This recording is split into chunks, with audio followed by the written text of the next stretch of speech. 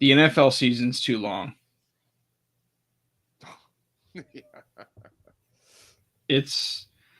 We're still going.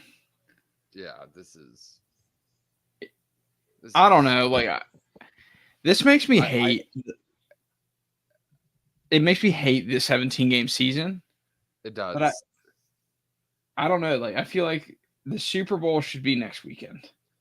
Yeah, it's the 17 game season, and it's the Extra wild card game. well, technically 2 extra wild card games. It's for 8 extra college football playoff games. They've done it. They've diluted a sport that they couldn't screw up, and they figured it out. I always know it's gone too long. Like, I follow a lot of those Twitter pages that, because we are the Old Souls podcast, that say like on this date in 1978, and it's always like a Super Bowl. I'm like, we haven't even played the championship games yet. It's in one way, what I do like, the one thing I do like that football has done recently is that it's at least prolonged the winter, so that not that I care about spring training baseball, but that better times are ahead. Like, at least the gap is the Super Bowl. The Super Bowl is the same week as I think spring training starts now. We're basically, I mean, if you think about it, we're 3 weeks, 4 weeks from spring training. Yeah, right? Pitchers and catchers will be reporting soon. You have March Madness is about 6 weeks away. 6 weeks. Opening day in baseball is about 8 weeks. Yeah, a little more. Yeah, 10. I think probably 10 weeks. I think. Yeah, 8 or 9. The Cubs and Dodgers have that weird, just like they did last year, where they're in Japan or something. Yeah, they're in Japan like March 19th or something. That's an unfair advantage because the Dodgers have all the Japanese players. Yeah. It's gonna be Dodger fans. The best Japanese. Actually, the Cubs do have 2 good Japanese players too. And I've gotten into golf recently. I started playing a lot last year, and I'm starting to watch a little bit more. Trying to get into a PGA Tour and all of that. And I don't know. I think this year, the Masters is just gonna hit differently. I usually watch the Masters anyway, but now that I care about golf, that's, yeah. I'm probably gonna try to find a tournament to play in that Thursday or that Saturday of the Masters. Yeah. So play golf in the morning, come home, watch golf. Yeah. And maybe you make it to Sunday yourself. Yeah. You can't get to the Masters. That's the crazy thing. It's I've entered the lottery actually. Even before I started caring about it's one of those sporting events that you just want to go to. It's Augusta National. It's heaven on earth essentially. Yeah. You have to enter a lottery system. Yeah. And there's there are people with old connections. So I do know people here where I live that go every year. It's because they knew somebody and they get regular tickets every year. But it part of you is hey, invite me. But they always have people that go with them. It's their family traditions. Right. And you have to enter a lottery to go to the Masters. So every year you submit into the lottery, and if you don't win, you can't buy tickets. It's not you can't go to StubHub and say I want to go to the Masters. Yeah. And so I would love to go. It's only 2 hours from my house. But my father-in-law did, but it's because he had a guy from work who invited him, who somehow he had a connection. And then I even know people that have played in it. They've played not in the Masters, but at Augusta National. Yeah. And of course, that's a bucket list item for people. Yeah. I've known a couple of people who have played at Augusta too. Yeah. But anyway, I'm looking forward to that. So I am kind of excited about spring. We made fun of spring sports back in August, but damn, I'm kind of tired of football. I can't believe we're saying that. I watch a lot of sports in Ireland, of course, because my family's all from Ireland. And this weekend, Gaelic football starts again, and hurling. And ironically, that runs all the way up to spring training, or not spring training. That runs all the way up to training camp. It's kind of it's actually like it does kind of work like football in a way for me that it's every Sunday. Except I just get up early to watch it, but then I have my whole day to me when the games are over. Except usually, yeah, usually for me, the off season, like in the past, has been like I'll watch like a mix of golf, baseball, NASCAR. I tried that last year and it didn't go great. It's so horrible. But like, right, in terms of it's just so hard to watch. Like, because I don't know any of the drivers, but like I did all of that, and then I eventually just decided, you know, like I'm gonna just get in the draft. So I will probably text you in April. Like I miss it. I usually it's like the first week of March that I text you. Yeah, I can't get into it then. Like I am following the combine and stuff like that, but it's not a thing. I don't miss it when we get to the combine. I'm thinking kind of like this is ridiculous that people follow this stuff. Do you know but actually the thing that I'm watching the running back 40 times. That's all I care about that time of year. The thing that I always like I obviously I love the football part. I love the game. Yeah. But the thing that I always like would die for it would like I would love this week to go down to the Senior Bowl and just hang out with those people. And I would love to go to the combine only to go to like St. Elmo's and like, oh, what reporter is talking to that scout over there? And like that, those are the things that would that's why I would love to be a part of that. Like that would be cool. Like obviously the in season is fun, but I do like it would be fun to be a part of like the behind the scenes stuff. You would learn about a lot about the league. Oh, you would. I mean, I know we're not talking about it on today's podcast, but like I'm very into dynasty fantasy football. Like that's really the only fantasy I still play. I don't really play like really any redraft stuff anymore. And like a lot of people that I know that get like, cause it's growing where like people are getting more and more into it and joining their own leagues or joining leagues that I'm in. And like, they'll ask me how like an off season, like, what do you do in the off season? I'm like, that's when you actually have the most fun.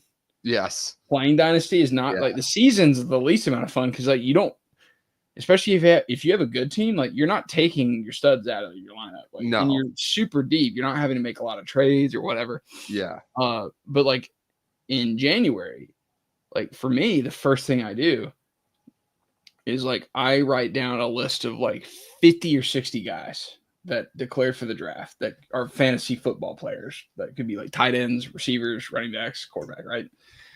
I'm like, there's 60 guys that could probably get drafted. But what's so cool and why I love this process is there's like 7 or 8 guys from the Senior Bowl that I never thought about, but the NFL basically drafts him in the second round every year. Yeah.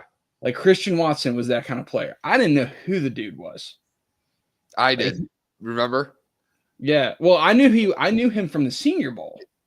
Oh yes. Yeah. Well, like, that's what I'm saying. Like I discovered him for myself by like following the Senior Bowl, but like he wasn't originally on my list of like guys that declare for the draft that are like eligible, like my list of 60 players. Well, he went like the 34th pick in the draft. Like, he should have been a first round pick in a rookie draft, right? Yeah. And that's what I love about it. It's like, because you're like, especially the small school guys that like, and it makes you realize no matter how much draft coverage there is, it's nowhere close to the level these guys are doing at the team level. Like they're finding guys in Division II that are good. Like Jaleel McLaughlin, who he spent most of his time in Division. I think he started D3, transferred to D2, and then transferred to Division I SCS. Like that was his college. Yeah. And he is the all-time leading like rusher in NCAA. Like it just like people don't consider it because he didn't play the FBS level. Yeah. But he was a guy that like went undrafted.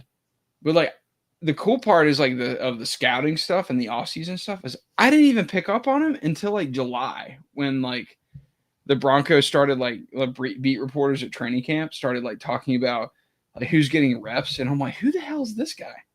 And why is he getting reps over like I can't remember who it was. It might have been like Royce Freeman or whatever.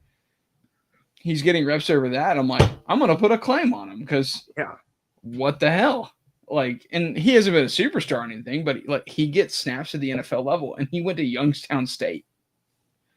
That's pretty cool. And imagine you're doing that. And this is why fantasy football and dynasty is so fun. Imagine you did that same thing, but instead of like Jaleel McLaughlin, it was Austin Eckler. Yeah. Like, yeah, you're just like you literally found $100 bills on the like ground. It's Austin. Like he literally gave you 3 or 4 seasons of like top 5 running back. And that's the fun part to me. That's why I like dynasty, because it makes you understand how complicated NFL like front offices actually are, and like how good they have to be at their job to discover players. But anyway, you want to jump into the games? Yeah, why not? I will tell you though, there's a conspiracy theory out there I saw on X today. And by the way, you don't see a lot of conspiracy theories on X. Right. Was it in your For You page? Yeah. Absolutely. That's the only reason I have X. And honestly, like my brother he always tells me don't get TikTok, but I'm always like, yeah, but it seems like such a fun app. Like it is a great app. But I luckily didn't delete it. Somebody posted like a thing. It's like, anybody find it a coincidence that the week Donald Trump takes office, that it's going to be the Commanders and Chiefs in the Super Bowl? And I just like, as soon as I read that, like the Illuminati like thing, I went like, whoa! And then I started going like, can we imagine for a second? It's like, it's Swift in one box, Taylor Swift, and then the next box is Trump. Like, oh my God, because he will say he has to go to that game if it's the Commander in Chiefs. Yeah, why not? I mean, it's a game. It's like it basically is me. Like, it's about me. You know, yeah. I almost think based off that it has to be Commanders and the Chiefs. But let's just jump. But that's our analysis. So thanks for watching. And honestly, that's probably the best analysis you'll get all week. The one thing I'll say about like title week is we're to the point now where games get overanalyzed. Yeah. Oh yes. Yeah. This is. There's nothing else to talk about. Yeah, you can only break down. You're breaking down like tight end versus linebacker matchups. Like at this point. Yeah, I do love when they're like, I mean, how is Zach Ertz going to line up against like Nakobe Dean? And then and then like the second play of the game, Zach Bond like has a stinger and he's out for the rest of the game. It's like there's only so many things you can break down. Right. And that's why we blabbered about other stuff earlier, and that's what our filler was. But I think for this game, Commanders Eagles, I think that the Eagles should win this game on paper. Like they should literally run away with it, just like I thought the Lions would run away with the game against the Commanders. Yeah. Yeah, I think they have the more talented roster. I think that they have, Saquon Barkley is an 80-yard play waiting to happen. We saw it last week. And to be fair, I have the Rams winning that game, but I think I put a caveat in there. It's like, yeah, but Saquon can bust a play open at any point. And he did it twice. Or I think he might have done it 3 times, actually. But he had 2 long touchdowns, but I think he also had a long run mixed in there.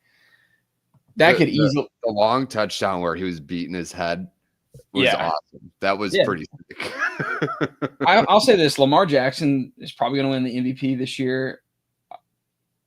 Josh Allen's also deserving, but like Saquon was the best player in the NFL. He transformed that offense. Yeah, he is their offense. Yeah, he is their offense. Like right now, their passing game stinks. Like that's why AJ Brown is reading on the sideline because He's thinking like, we're winning. We're Be happy. so bored. Be happy.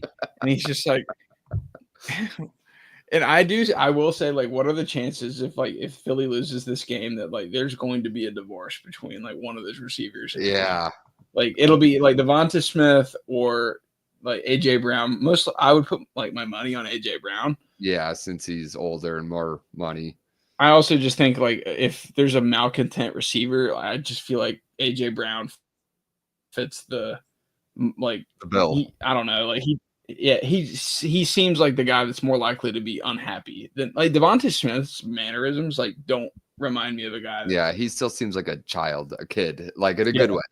But he won a Heisman Trophy. Like it's not like he's a scrub or anything. No. Like he's amazing, but I think it's his body type. Like it just he's a beta. Seems so juvenile, you know. Yeah.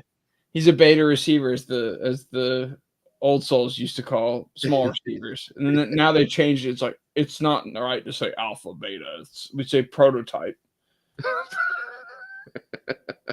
And I'm like, okay, whatever, dude. Like he's small or big.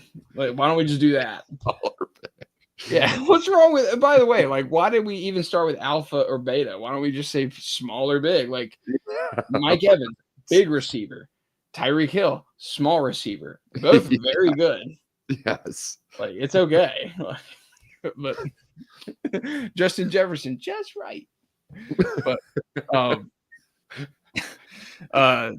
this game though, I think Philly, like on paper, I have a hard time finding a reason to pick the Commanders, except the Jaden Daniels wild card exists. Like last week he made so many plays. I want to say the Commanders like converted like 3 or 4 fourth downs in that game. There's so many chances in that game where the Commanders Lions game completely could have flipped and Detroit goes up 2 scores. Yeah.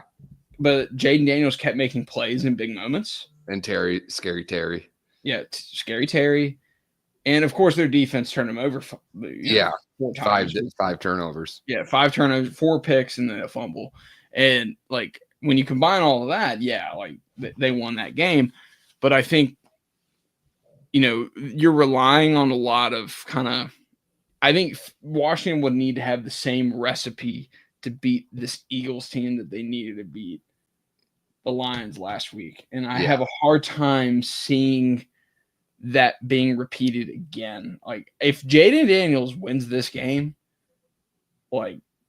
I think the conversation to put him as the 4th best quarterback in the NFL is like right there. Yeah. I mean, you basically the only guys you can't put ahead of him are Lamar, Josh Allen, and Patrick. The other guys playing, yeah. Yeah, I mean those 3, and like you're not gonna get through that until like maybe if he wins a Super Bowl.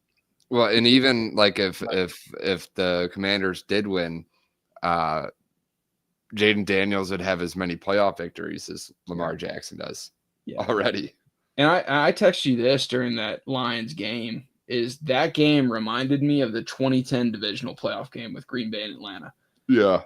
Where you actually almost called it perfectly because you texted me as the Lions were going down the field. Now it didn't obviously happen exactly like it. It wasn't a pick six. But yeah, you were saying we need a Tramon Williams type moment. And for anybody who doesn't know, which I'm assuming everybody who cares about this podcast remembers, but Tramon Williams, it was a 10-point lead, right? At the time? No, it was I think it was only a 7-point lead. 7-point lead. But Green Bay was in command and Atlanta was kind of in like a like crap, we need points sort of a mode in that game. And Matt Ryan was running a hurry up and he forced a pass and Tramon Williams picked it off and he went 60 yards back to the house. And you were saying that on Saturday, you texted me, and the Commanders did get an interception. Obviously, it was just in the end zone, though, so he wasn't going to bring it all the way back. But because what was the score at that point? It was a 10-point game? It was a 10-point game at that point. So, like, if Detroit makes it a 1-score game, like, going into half, I feel like that game completely is different than the way, like, Detroit kept feeling what happened to them is they couldn't get stops early. Yes. And then they fell behind, and it's a team, and we pointed this out all year, it's a team that never had to play from behind all season. Like if they won title, if teams won championships for point differential, the Lions would have a Super Bowl. But Yeah. that's the one thing is like they were never really tested because even in their losses, I mean, if you look like Buffalo is the only game where they were Kind soundly, of a similar game when you think about it. they couldn't get a stop defensively, and Yeah, like the recipe was. I like the one thing a lot of NFL fans like. I know we're not like big on the way the NBA is run, but you could call it college basketball too, just the sport in general. If you watch basketball and you listen to any analyst that's any good, the first thing they'll say is the key to a run to get back in a game is what? Get a defensive stop. It's not about shooting threes to get you Yeah. out of if you're down 10 points in a basketball game, the key to getting back in the game is not shooting threes. As much as like all the new age people like, yeah, shooting threes is a part of the game now, but getting a stop on defense, especially because it generates transition points. But in football terms, if you get a stop on defense, you get a short field. There's the Mo word, which you can't really measure, but like momentum, but Detroit never got that. Yeah. Like they ended up, I feel like they were chasing the game the entire time. And then like one more mistake and it like put them in the ground and the game was over. I just don't see the Commanders doing that again because number one, Philly has a way better defense than Detroit did. Like, they have an actual pass rush. Their secondary's really good. They're well coached. They have I think the best defensive coordinator arguably in the sport. Yes. And Fangio like fell into their laps because he coached Miami too hard last year. Yeah, like this is one reason why I get like I don't hate Philadelphia. Like I've always like kind of made fun of the fact that Howie Roseman gets credit for everything, but he is very good at his job. Yeah. It's proven. But like so much stuff falls in their lap. It's amazing. Yeah. Like like last year there weren't that many defensive coordinators on the market, or positions open. Theirs happened to be open. It's like, oh, Fangio's available. We'll get him. And I still remember going like, why can't we go get him? It's like he doesn't want to coach in Green Bay, and I think LaFleur likes Halfley. I'm like, and then of course he just dominates us in a playoff game. Yeah. Again, because it's like the third time Fangio's beat us in the playoffs. Because he beat us twice with San Francisco. So it's like, God, so pisses me off. But Philly has a way better team, I think, overall, like as a unit. Like I'm not saying they were better than Detroit this season, but their defense is, I think, rounded. I think this is a harder matchup for the Commanders. Then I didn't see it, one of the success rate charts, but I'd imagine the success rate wouldn't have reflected the score line in the Washington-Detroit game last week. I'd say, I mean, the Commanders needed a lot to kind of break their way. Yes. Yeah. It was a perfect, it was literally the perfect recipe for a victory. Yeah. And kudos to them that they took advantage of everything that they needed. We are very appreciative. We thank them for their service. Trust me. Yeah, we are. Thank you. Like, I was so happy. Oh my gosh. Like that was almost like the Packers won. It was great. I heard somebody played a soundbite. I don't think was it a guy that called into a guy called into Barstool. Gruden's calls or whatever. Yes. And he's like a diehard Lions fan, and which is true. And I think I brought this up the other day. It was like the highest non-Super Bowl ticket in NFL history. And he was like, he goes, it drove me nuts. He goes, like people were yelling and trying to cheer, like starting a "Let's Go Lions" chant when the Lions are on offense. Like he was like, it was not at all close to the same atmosphere as it was last year against Tampa Bay, last year against the Rams. And he was like, they were trying to start the wave. Like this guy was embarrassed. He was humiliated by his own fans. Oh my God, they've become Packer fans.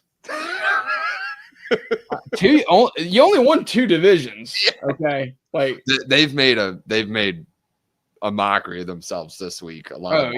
oh yeah, The best is like, oh, we lost an assistant coach. That's like, oh my god, when you won 15 games, you lost your offensive and defensive coordinator. Who would have thought? Who knew that was going to happen? Well, they only said about Johnson because like it doesn't seem like Aaron Glenn was that like big of a like. I think they were only upset about Johnson because it like in with Aaron Glenn they were like, oh, we're happy for him, he's on the Jets. And it's like, yeah, well, yeah, of course. It's not fair that Ben Johnson like got a job so quickly right after leaving. And I'm like, y'all hired Dan Campbell like the day after they got the exact same thing. Like that's business. It's like it happens. It literally. I'm pretty sure like Joe Philbin was already named the head coach of the Dolphins. Yes. Before we had our playoff game. Somebody posted now Sean McVay. Joe Philbin went through some other stuff the week that we lost, like him. Yes. I mean, yes. he went through Same a death week. of a son and all that. Yeah. Like that's way different. Right. But still, like the process, they used to be able to name the guys before they were even like done. Or it would be said like it's understood that like when their season's over, he's going to take over. I think Patricia was actually going to be named the Lions. Like they had already said that he was going to be the Lions before coach the Super Bowl, and then he puts up like the worst defensive performance in Super Bowl history. So honestly, Detroit, I don't want to freaking hear it. Yeah, okay, not at all. Welcome to the process. Teams that suck hire new coaches from good teams. That's how it works. Like I hope my team is good enough next year where Jeff Hafley is going to be a head coach somewhere else. Like, what's that? No, I was just laughing.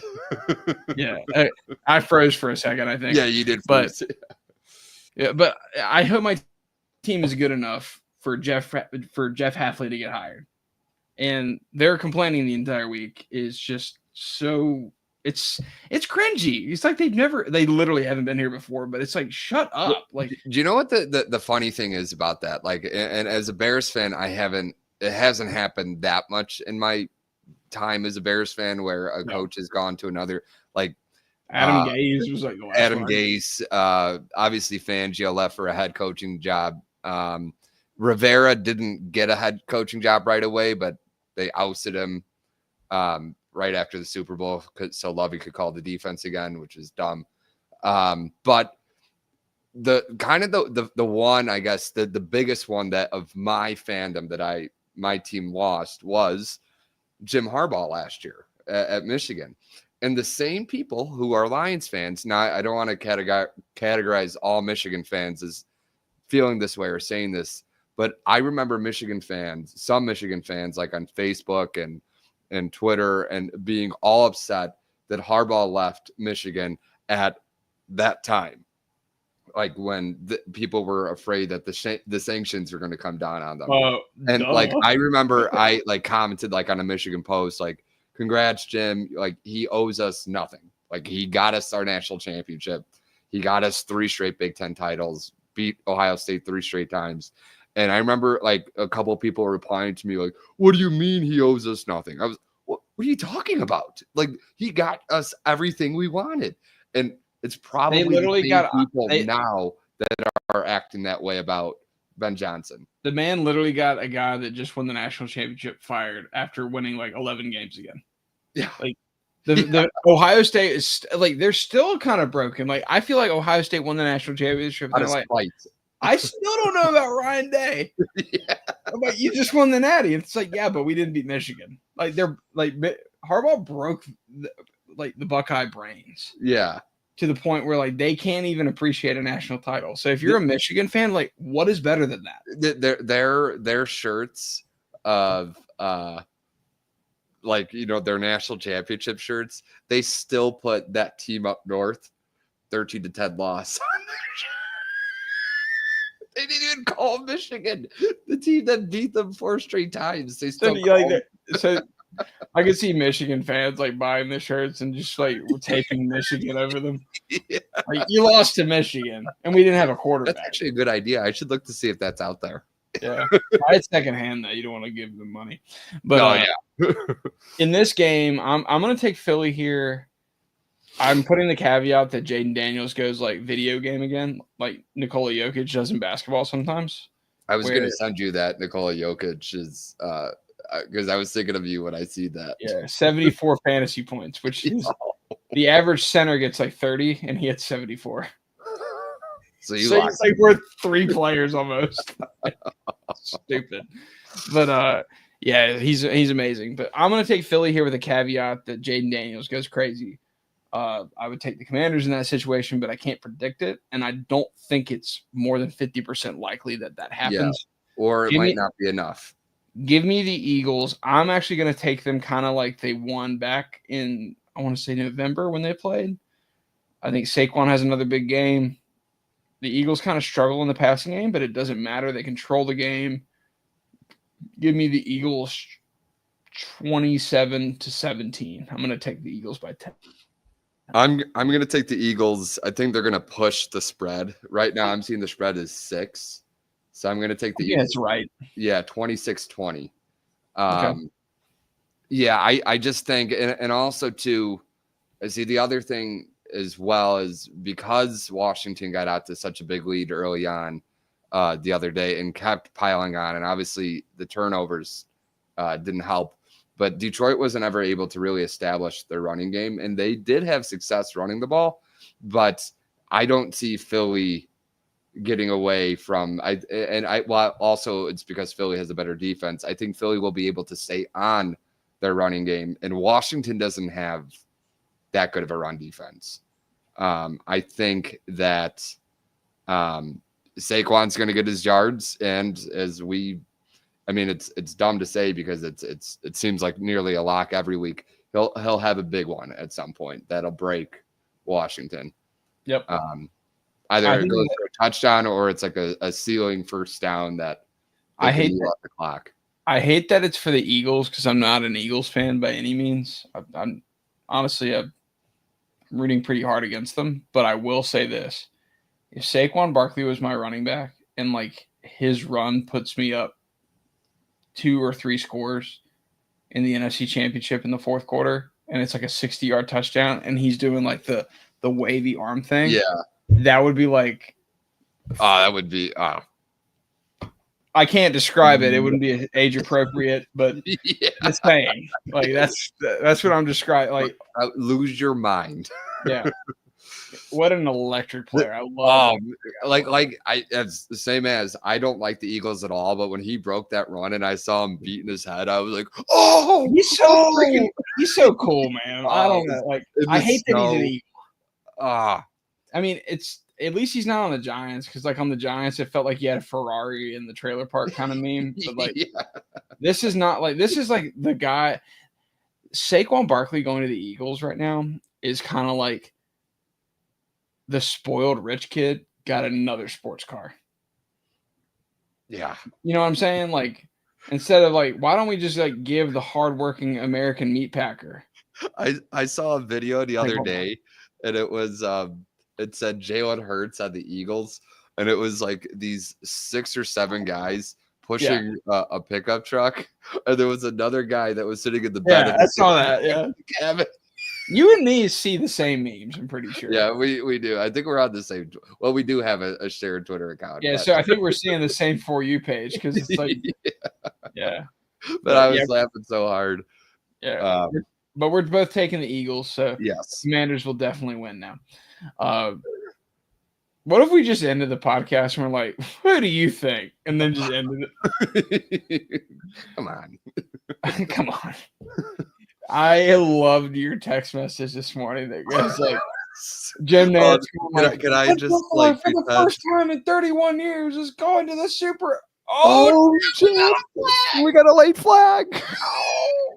It's like personal foul, like roughing the passer on the defense, and it's Von Miller of all players too. That's what I texted my brother. I said it's gonna be Von Miller trying to hold up Mahomes, and Mahomes is flailing to get to the ground.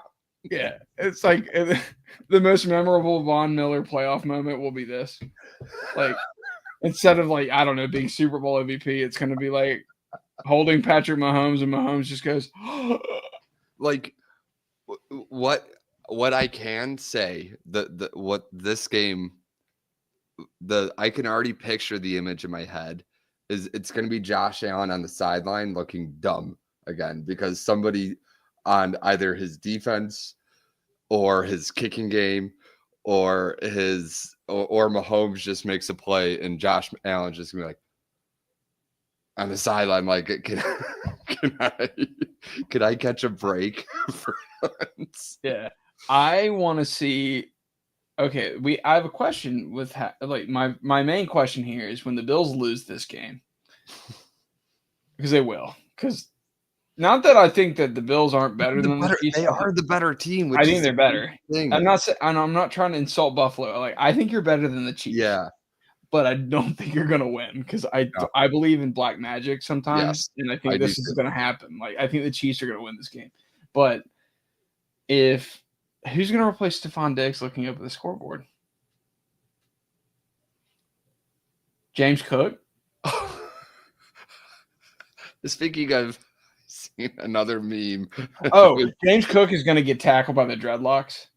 And that'll call like, and that will like, it'll be like, remember when we played the Raiders last year? Amari Cooper will fumble.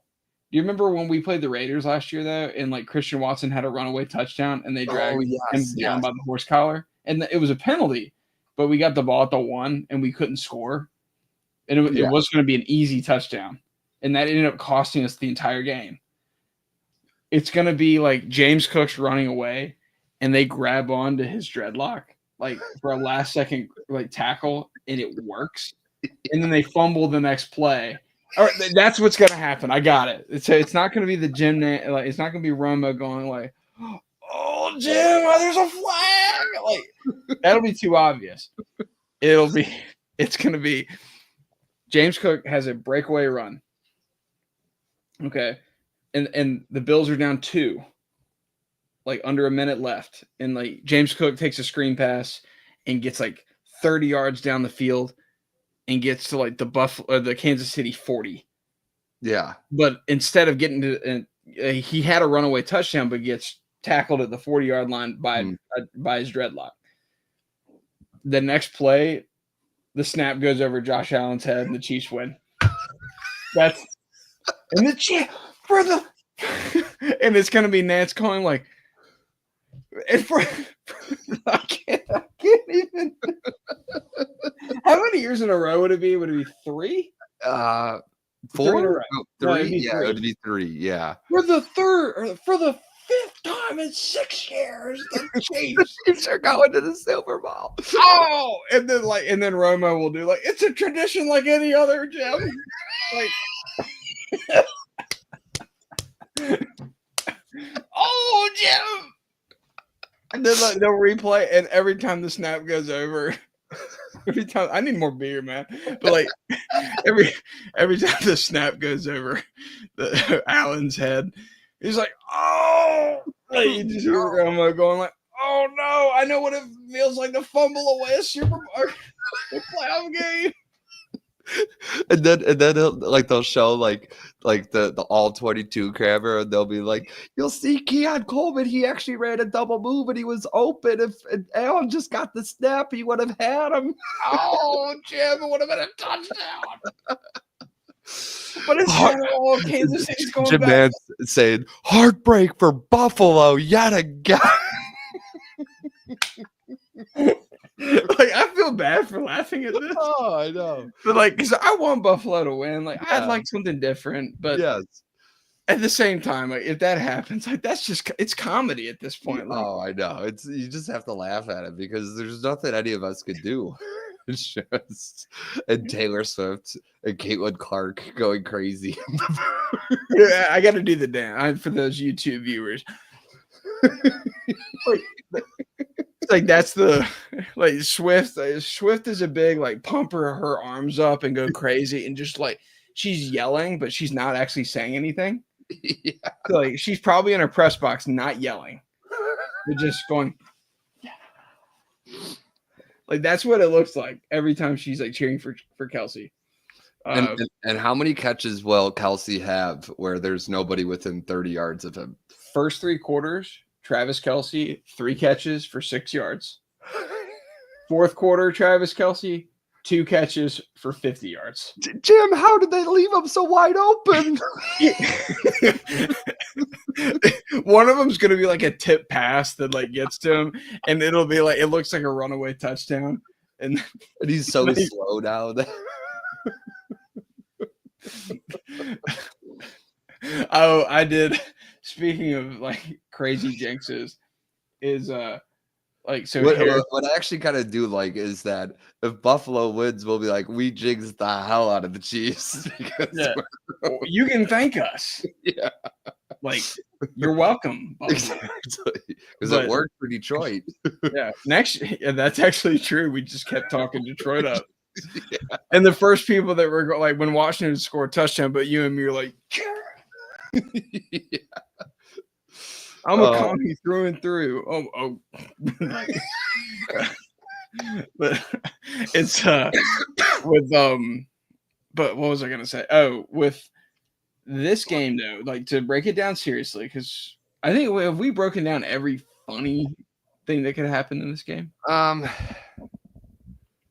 that's most important. Of things that haven't happened to Buffalo and or Kansas City before. Yes, I think we have. Dude, you know how we go viral? We do a drinking game. Oh. We create a drinking game based off of things that happen. So, like Patrick Mahomes roughing the passer penalty, take a shot. Like, fumbled snap, 2 shots. Like Josh Allen fumbled snap, 2 shots. Josh Allen dumb look on sideline. Yeah. Taylor Swift, I think that's a sip of beer. Because that'll probably be like a full beer by the end of the night. Let me think. Jim. Oh. It's got to be like in the 4th quarter. Oh, Jim. Like, because you got to do it like.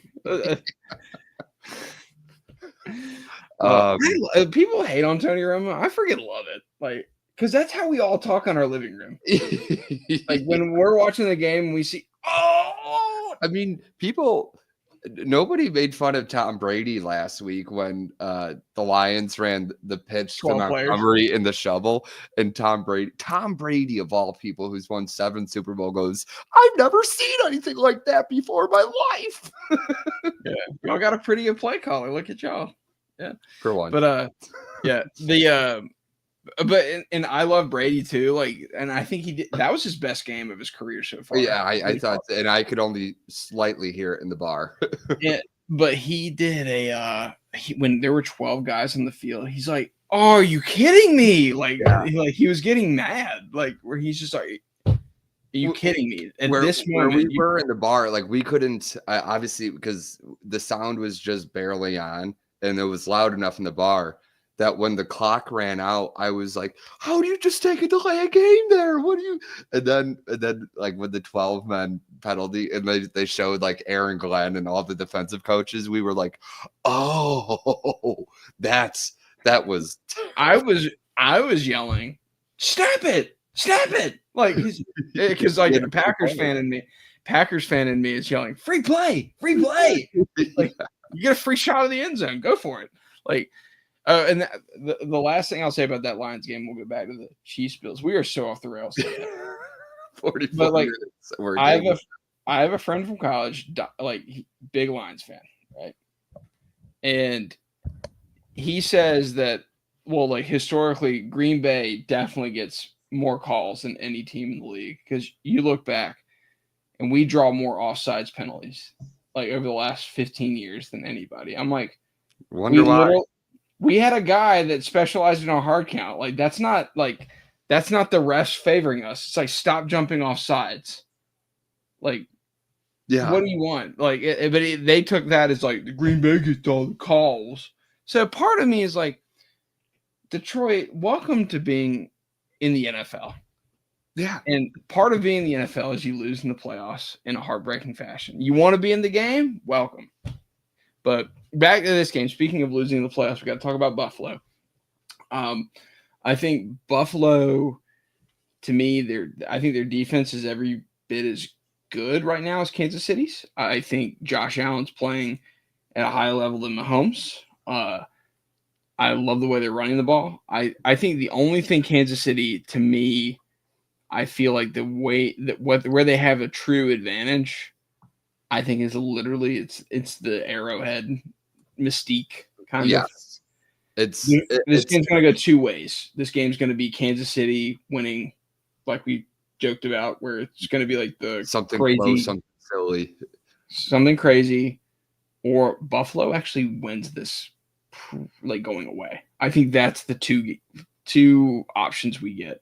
I'm going to go with Kansas City winning a close game, but half of me is also like I see Buffalo maybe winning this game by 10.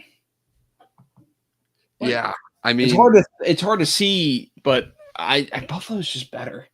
Buffalo is a much better, and in fairness, if we're talking about bad calls, like Buffalo did get bailed out by a very iffy pass interference call that led to a pretty decisive touchdown last week against Baltimore. And on the same play, I don't know if anybody noticed it, but I noticed it on my own TV because I definitely didn't see anybody talking about it on Twitter. They also should have had an ineligible man downfield because they had, like, I think Deion Dawkins was 5 yards up the field when Allen threw the ball. But that's kind of a thing going around the league. They don't call it as much as they should have. Yeah. Like, because so many teams run these screens now, but like the linemen are like 5 yards upfield. Yeah, it's Buffalo does seem to have their reset has worked brilliantly this year for them. And it's going to help them for years to come because they got rid of a lot of bad contracts. They got younger, and they're 60 minutes from a Super Bowl. Whereas I thought this year they were going to take kind of a year off, like kind of a regrouping year, and be back at it again next year. I mean, the Super Bowl aspirations are right there for them this year. It's just, I mean, in all seriousness, like when you look at the two teams head to head, it's weird to say this about Kansas City, especially the Kansas City that we know. But if you removed the logos, yeah, you would say Buffalo should win this game quite easily. Not quite easily, but it's they should be the favorite team. They should win this game. But there's a mystique around the Chiefs. There's a mystique, and also not just a mystique with the Chiefs, but the anti-mystique with Buffalo. Yeah. Similar to like the Cubs, like before they won it in 2016, where you're always thinking like I sent out a tweet on Sunday before the game, and I was like, could you imagine how sick to your stomach you are as a Buffalo fan right now, just thinking about what's going to go wrong today? I mean, that's how they're going to feel all game on Saturday, unless maybe as a young team, kind of like the 2016 Cubs, where that team said like, hey, like we were just kind of too young and dumb to care about what had happened in the past. And like I said, like part of me is thinking is like if the Bills win this game, it's like it's not close. Like I think they just walk away with it. Yes. And like that's the way I see these two games going. Like I don't see the Chiefs winning in a blowout fashion. I don't see the Bills winning in a close fashion. It's like however the game script goes, that's what decides the winner, if that makes sense. But like what to me is like more likely, and it's just so hard for me, number one, to pick against Kansas City, but number two, to like it's like I said, like it's just picking against the Buffalo mystique. Like until I see it, it's hard for me to say completely that I just believe that that's going to happen. So I have to take the Chiefs here. Yeah, I'm going to go 27-24. The exact same score I was thinking of, 27-24. You and me, we know. We're basically going to end the year on the same. Yeah. And who would have thought we both had the Commanders in the Super Bowl? So I knew it. I knew Jaden Daniels was the guy to take. Has any team gone from the second pick in the draft to the Super Bowl? So Aaron Schatz tweeted this today that they would have, they would be, if you're talking about teams that the previous year, their DVOA to end up in the Super Bowl, Washington would have the biggest gap of DVOA the year before and Super Bowl team the year after. Yeah. Because they were the second worst. Would be like the Rams in '99, right? Yeah. The Rams in '99 were one of them. The Bengals a few years ago were one of them. Yeah. A couple others that I'm forgetting now. San Francisco, 18 to 19. Yeah, San Francisco is one of them. I want to say like the Giants even in 2006 to 2007. I think they might have been one of them. So it's obviously it's a rare thing because usually you don't swing the pendulum like that in a 1 year. But I guess it gives some teams hope, especially teams that are picking it. I mean, it's hard to imagine it, and it's a rarity.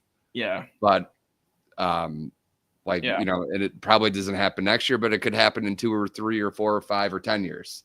That a team that is picking at the top of the draft just catches a bit of momentum and they just keep moving. Yeah, that's true. And there's one last thing. Speaking of that, going back to the Commanders-Eagles game to finish up, there is one curse that's actually affecting the chances for the Eagles. What is that curse? Oh, it's that this might change our prediction. Is that nobody who has ever lost a Super Bowl before has ever in their first Super Bowl has ever gone back.